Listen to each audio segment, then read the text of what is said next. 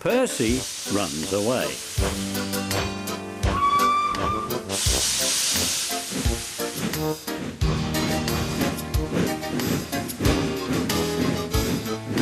Henry, Gordon and James were shut up for several days. At last, the Fat Controller opened the shed. "I hope you are sorry," he said sternly, "and understand you are not so important after all. Thomas, Edward and Percy have worked the line very nicely. They need a change, and I will let you out if you promise to be good." "Yes, sir," said the three engines, "we will." "That's right, but please remember that this no shunting nonsense must stop." He told Edward, Thomas and Percy that they could go and play on the branch line for a few days. They ran off happily and found Annie and Clarabel at the junction. The two coaches were so pleased to see Thomas again, and he took them for a run at once. Edward and Percy played with trucks. "Stop! Stop! Stop!" screamed the trucks as they were pushed into the proper sidings. But the two engines laughed and went on shunting till the trucks were tidily arranged.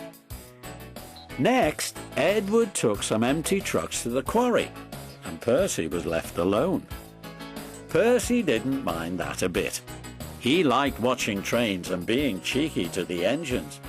"Hurry, hurry, hurry!" he would call to them. Gordon, Henry and James got very cross.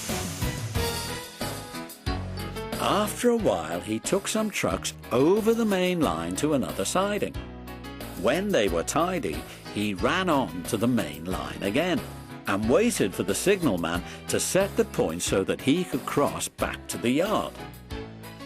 Edward had warned Percy, "Be careful on the main line.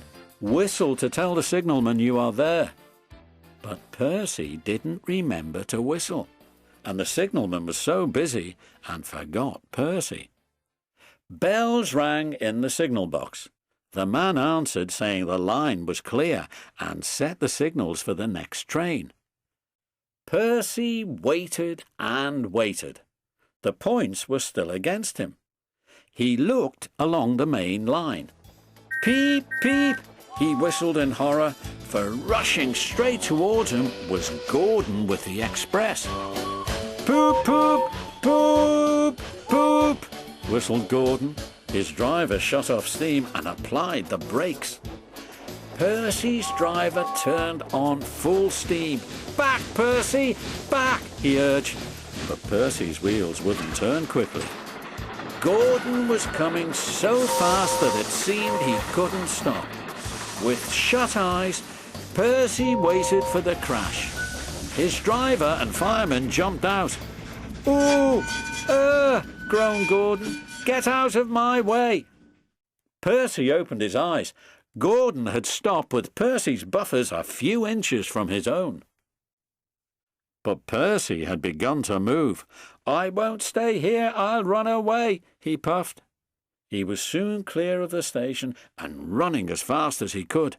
He went through Edward's station whistling loudly and was so frightened that he ran right up Gordon's hill without stopping.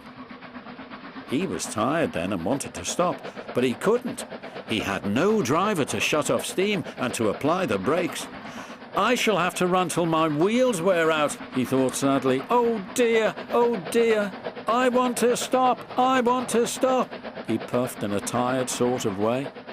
He passed another signal box. "I know just what you want, little Percy," called the man kindly. He set the points, and Percy puffed wearily on to a nice empty siding, ending in a big bank of earth. Percy was too tired now to care where he went. "I want to stop, I want to stop, I have stopped," he puffed thankfully as his bunker buried itself in the bank. "Never mind, Percy," said the workmen as they dug him out. "You shall have a drink and some coal, and then you'll feel better."